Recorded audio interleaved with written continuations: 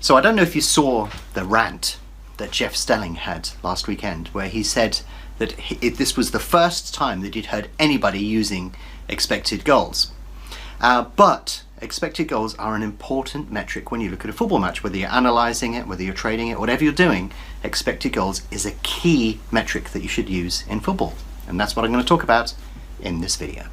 So Jeff Stelling was talking about expected goals recently, but in the wrong context. There was a match that had taken place and the manager had lost 3-1, and the manager turned around and said, well, you know what, Jeff, it was only 0.7 to 0.8 expected goals, so the match wasn't too bad. And Jeff Stelling went off on a major rant on that particular point.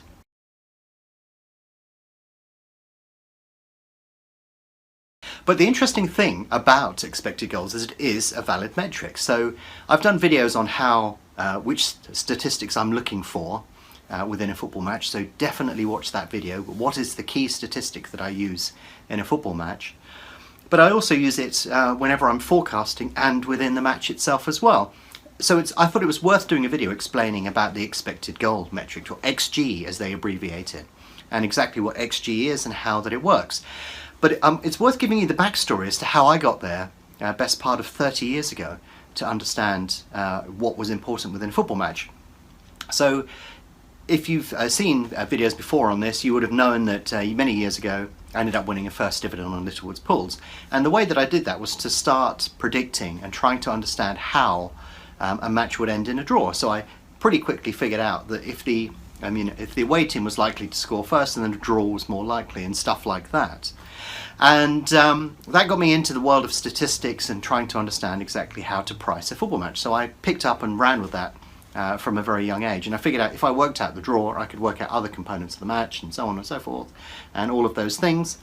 But that led me into a sort of a deeper level, because you forecast things, especially when you're trading. You sort of say, oh, this match should be the way that it is, or this is what should likely happen and how, and therefore this is how I will trade it. But very often in football, it just doesn't happen. It's just strange things happen. So the guy, the ball comes over the defender, the guy runs through, he's one-on-one with the goalkeeper, and then somehow conspires to completely miss. And you're sort of thinking, how on earth did he miss that?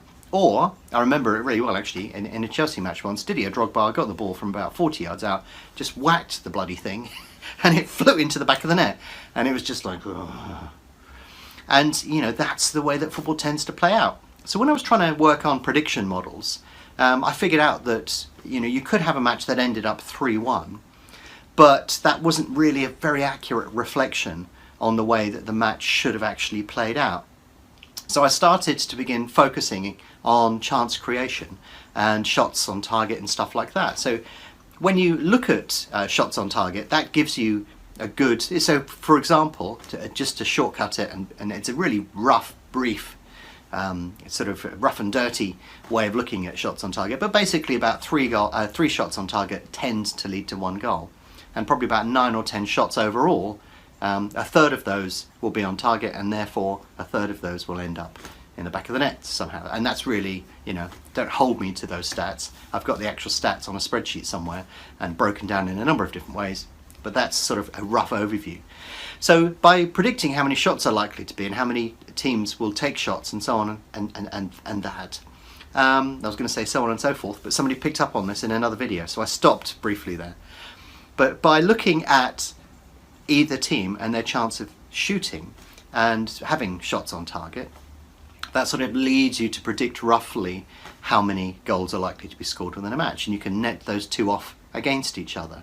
But I figured out that very often this is wrong, especially at the start of the season, because you could have 2 or 3 games in a row where the team has 4,000 shots and they just don't end up scoring for some bizarre reason, maybe because of an offside or a dodgy decision or something. Just things start to go wrong and don't stack up. So when I was doing my predictive modelling of football many years ago, I figured out that in fact not all shots were created equally, and that in fact some shots were more likely to be goals than others. And that's essentially what XG is, what expected goals are. But the way that I approached it was I didn't have data, and there was no data available for me then. So what I figured out was that if you actually looked at a goal, then you could actually draw a line between the goalposts and where the shot was taken, and using a bit of geometry you could figure out how much of the goal potentially was open for a good shot and a potential goal. Now obviously you have the goalkeeper in the way and stuff like that, but I started to map out where shots were taken in rough areas. I blocked out big chunks of the pitch and then said there's a shot in this area and it wasn't a goal, there's a shot in this area and it was, and there was a shot in this one and it wasn't, and it was, and it wasn't, and in this one, and so on. And just carried on doing that all the way down one half of the pitch, and then you start to get some numbers up. You build a heat map of where a goal is more likely to be scored.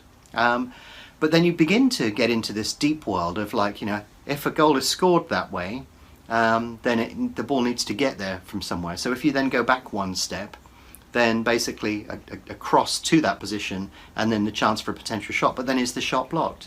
So I actually worked out that there were 19 variables that accounted for 95% of the difference between two teams, and started to work on each one of those individual metrics to pull together a model that would give me a really good piece of prediction. Now of course the thing is that, in fact, you know, loads of other people have been working on that, and I'd say in recent years that has totally exploded. So the market is pretty efficient in terms of most of the pricing most of the time, but not all of the time, as we see very often. There's a certain amount of variability in there, and there are changing factors within that as well. But essentially, when you look at a shot on target, each shot has a different chance of going in. So if you're 1 yard from the goal, then you can put it either side of the goalkeeper quite easily. But if you're 18 yards out, or 20 or 30 or 40, each shot from different positions, and using a bit of geometry, if you plot out, like, you know, the chance of taking a shot from the left-hand side of the area, or the right-hand side, or the middle, or somewhere inside between those 2 points, is obviously going to be different. And using that model allows you to make much, much better predictions, because you throw away the luck element. You say, well, this is the chance that a player has of scoring from this position. It's a 55% chance. And they had 3 shots from that position, and therefore when you look at the team and you break it down to its component parts, you get a very accurate prediction of how that team is playing and how they're likely to play in the next match. But XG now is something that is being produced and is appearing on media sites and so on and so forth, but basically it's a reflection of the true value of shots within that particular game.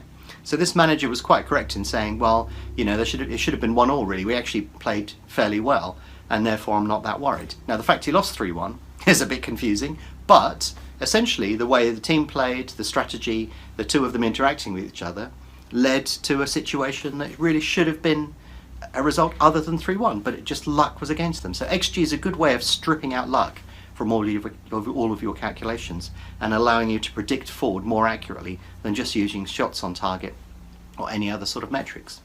Now, as I mentioned, there are 19 variables I discovered that account for 95% of the difference between two teams. Really complicated model, that is. So it's not just down to that, there are other factors in play as well. But when you look at a match and you look at a lot of the modern stats that are coming out of matches, XG is a great way of working out what's really going on within a match. Now when you watch a match, you'll get a feel for whether one team is dominant or not. But by looking at stats like XG, which are available all over the place now, you can find them.